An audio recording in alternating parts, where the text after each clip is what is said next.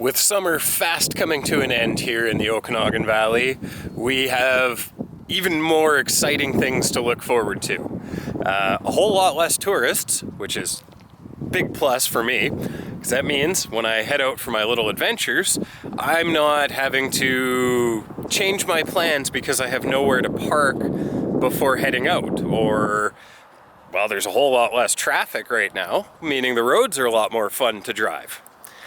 And the downside of that is the sun sets pretty early.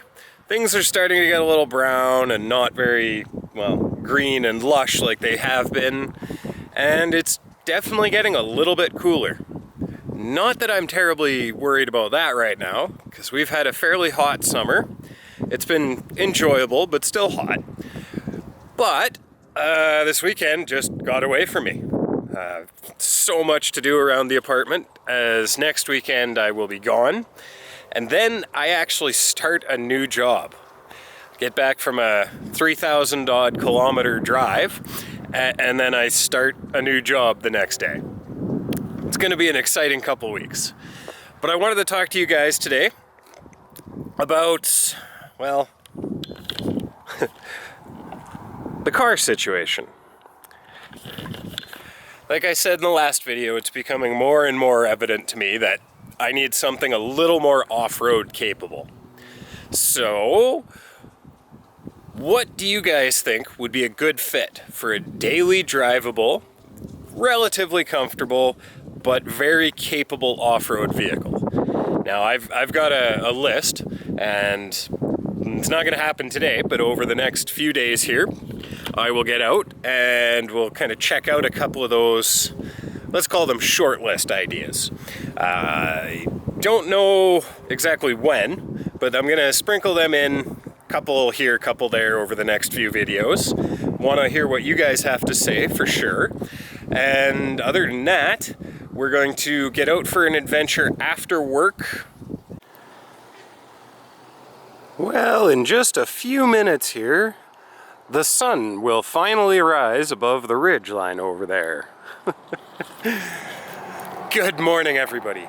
Hope you're having a fantastic day so far. I wanted to swing by my favorite little walking path here this morning, and I remembered to bring the camera. But as you can tell, it's still very dark out. So didn't film the first, well, 45 minutes or so. But this weekend, I tried to get out to check out some possible off-road vehicles. And I say tried because I pulled into one of our local dealerships. They had a couple of used vehicles I wanted to talk about. And before I could even park and get out of the car, a security guard came up and told me to leave. Now, on a Sunday afternoon, that kind of seemed a little odd, but I'm not gonna stand there and argue with the security guard, so I left. And I decided to head up the road to a different dealership that I was sure would have something. I went to pull into that lot, and it was barricaded. So apparently, around here, they don't want people driving around dealership lots on weekends, or if they're not open. So that kind of puts a little bit of a wrench into our gears. Nonetheless, I did swing by, well, the Ford dealership Monday evening, and nobody kicked me out, but I didn't stop. Just did a quick little drive. They had almost nothing available, so kind of disheartening. But again, I don't need to get rid of the Cadillac. I want to get rid of it so that I can get something a little more off-road capable. But yeah, let's put the footage from the Ford lot right here. Seems like the only vehicle you can actually buy right now is a Ford Escape or something along that lines, and I have no interest in that. Now, oh, they do have a Lightning. So, that is the all-electric F-150. Heard lots of good things about them. The waiting list here is something like 3 years. And now, I want your opinions. Do I go big or do I go small? I'm not a small person, but I live in an area of the world where small vehicles are needed. Do I get something that's really off-road focused, or do I look at something that's a little more versatile? I want to hear your opinions, because I have my own, and I'm going to keep them to myself for right now.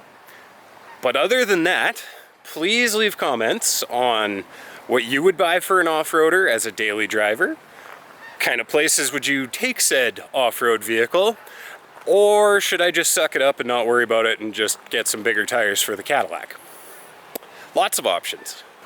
Well, with all the rambling done, I didn't get a chance to do much of anything else other than driving to and from work.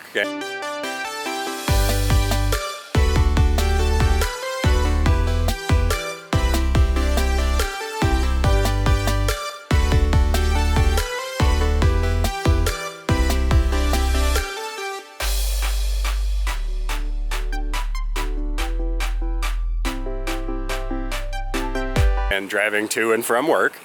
So just wanted to say thank you very much for coming along on this little adventure. If you enjoy the random automotive scenery driving sort of content, please consider subscribing, leaving likes on videos, and we will catch you on the next adventure.